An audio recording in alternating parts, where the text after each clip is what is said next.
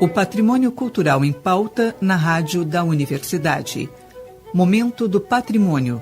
Produção e apresentação, Marcelo Coelho de Souza.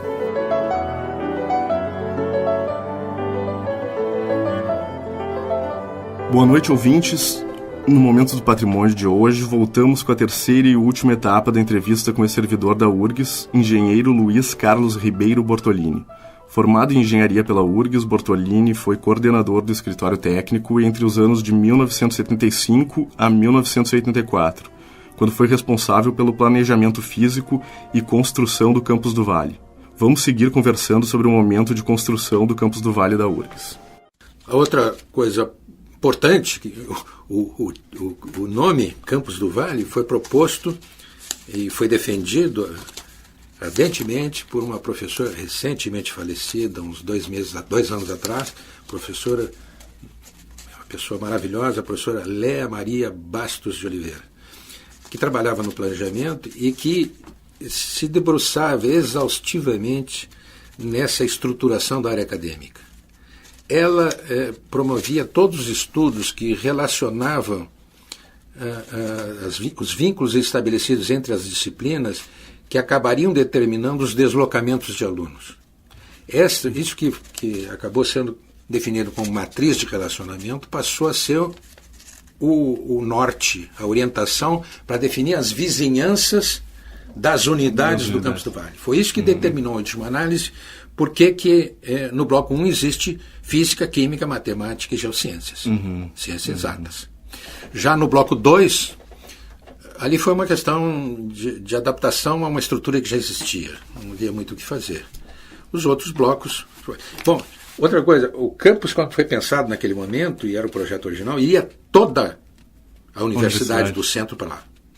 Ficaria apenas a universidade, na sua configuração final, passaria a ter 3 campos. O da saúde, então todas as áreas da saúde seriam congregadas lá, da ESEF e o Campus do Vale. A área central seria, ao longo do tempo, desativada pela URGS. Esse era o projeto. Isso, ao longo do tempo, obviamente, não pôde ocorrer.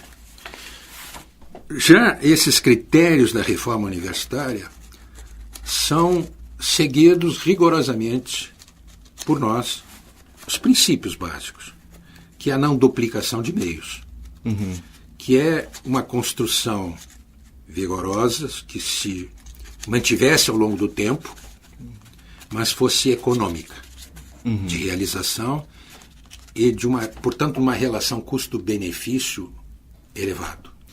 Neste conceito,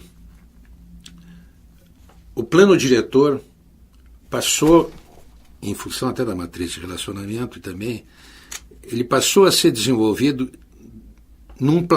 prevendo um platô de 60 e poucos hectares, com critérios de agredir o mínimo possível a vegetação, reduzir ao máximo as intervenções no terreno, e para isso, e por isto, se adotou um processo construtivo que estava baseado em pavilhões, como se eu pudesse fazer uma figura rústica, grosseira, pavilhões industriais.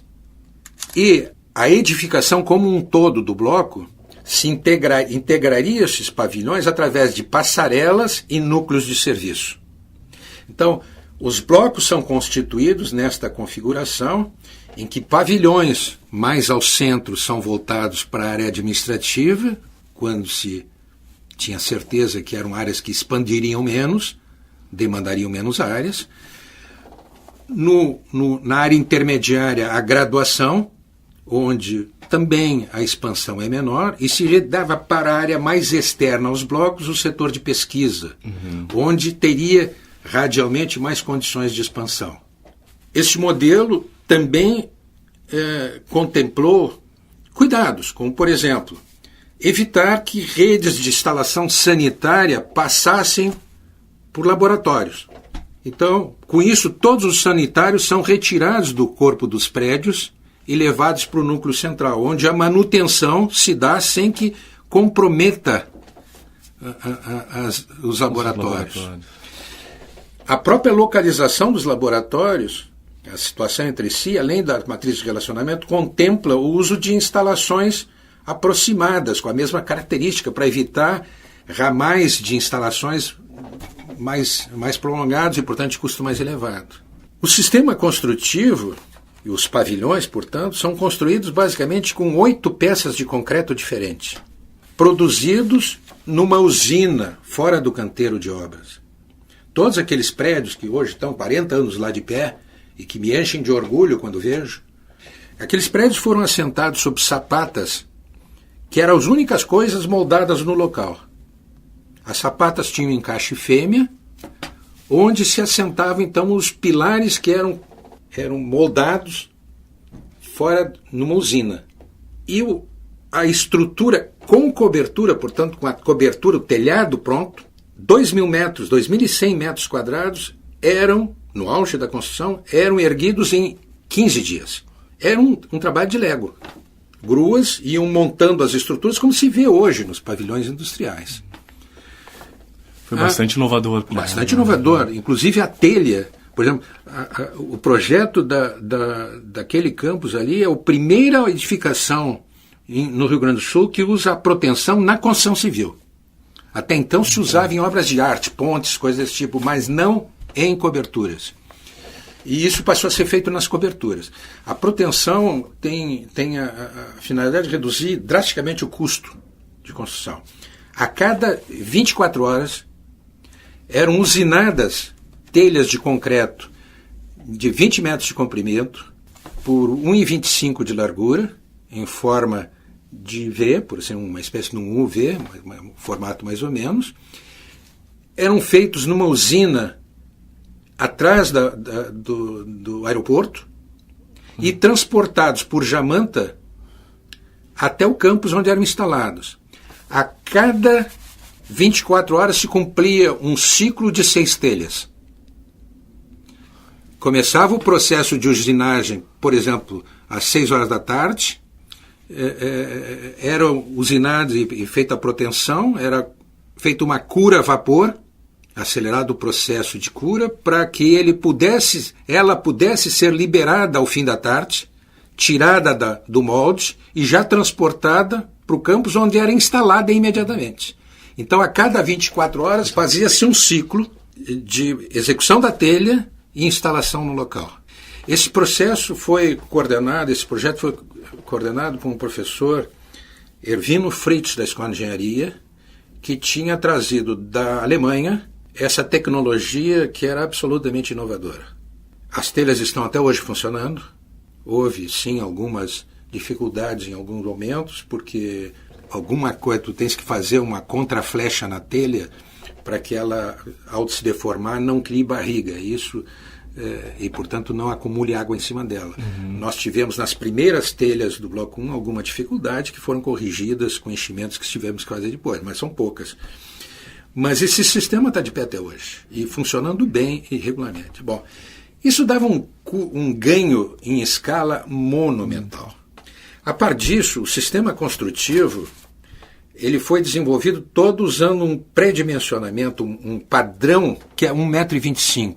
Todos os espaços do campus do Vale foram definidos respeitando essa unidade padrão de 1,25 m. Múltiplos ou submúltiplos de 1,25 m. Então era largura de 3, de 4,5 ou de 6. Isso faz com que se ganhe em escala muito.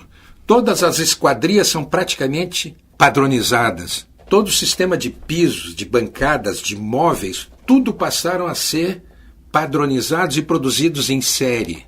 Sequer tínhamos discutido com o professor que tipo de bancada ou tipo de móvel ele ia precisar, e nós já estávamos produzindo porque ele recebia um catálogo de móveis pré-fabricados em que tu monta a tua prateleira conforme aqueles módulos que são oferecidos. Aí tem todas as lojas. Antigamente nós tínhamos isso dentro da universidade. Bom, isso também dava ganhos de escala muito grande. Claro que levamos um certo período para desenvolver esse trabalho, esse projeto. Outra coisa que foi fundamental, quando nós fomos para lá, fisicamente, para começar a tocar a obra, aquilo lá era um barral. Nós éramos obrigados, nós éramos um grupo de 30, 40 profissionais, nós éramos obrigados a ir de botas, deixar os carros lá perto do IPH e subir aquela lomba, aquele morro, na base do barro, na chuva, no inverno, e trabalhar o dia inteiro desenvolvendo o projeto ou a obra, acompanhando a obra, nas condições precárias. Não havia lancheria, não havia restaurante, não havia nada. Nós estabelecíamos num caderno contribuições, um de nós ia para o supermercado, fazia as compras e ali sai um sanduíche, um salsichão, alguma coisa para nos prover a alimentação durante o projeto. Isso criou um espírito de corpo no grupo muito forte, muito solidário. Nós nos dedicávamos ao projeto e até hoje nós nos reuníamos. A questão uns 15 dias atrás, na casa do Edson, estávamos reunidos, 6 arquitetos, 6 profissionais com as famílias, curtindo e lembrando esse momento. Eu na praia sou vizinho de 2 que têm contíguos. Até hoje nós temos esse relacionamento bastante intenso que foi daquela época. Construído desta forma, nós éramos iguais, com a mesma dificuldade. A liderança se dava de maneira espontânea, natural, sem pressões, e a solidariedade que existia entre nós, na maioria das vezes, nos levava a abrir mão até de férias, porque nós precisávamos dar cobertura um ao outro e coisas desse tipo. Eu, poucas vezes tirei férias no período que eu trabalhei no campus. E assim muitos dos profissionais que trabalhavam lá. Esse grupo criou uma estrutura extremamente poderosa,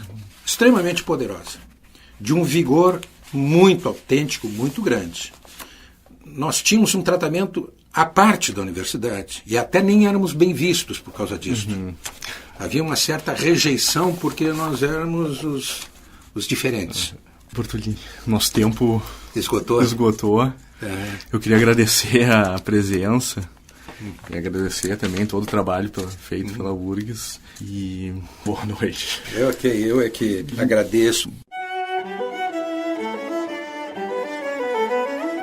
Finalizamos aqui a entrevista com o ex-engenheiro e coordenador do escritório técnico da URGS, Luiz Carlos Ribeiro Bortolini, responsável pelo planejamento físico e pela construção do Campus do Vale.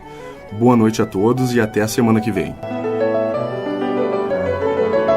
O Momento do Patrimônio é uma realização do setor de patrimônio histórico da Superintendência de Infraestrutura da URGS. O SPH coordena o projeto Resgate do Patrimônio Histórico e Cultural da URGS, que é responsável pela restauração, manutenção e adaptação às demandas contemporâneas do conjunto edificado da universidade. O projeto de acessibilidade ao prédio da rádio da universidade está em fase de captação de recursos pela Lei Federal de Incentivo à Cultura. Para saber como contribuir, acesse o nosso site urgs.br/patrimônio histórico ou entre em contato pelo nosso telefone 3308-4500. Produção e apresentação Marcelo Coelho de Souza, na técnica Jefferson Gomes.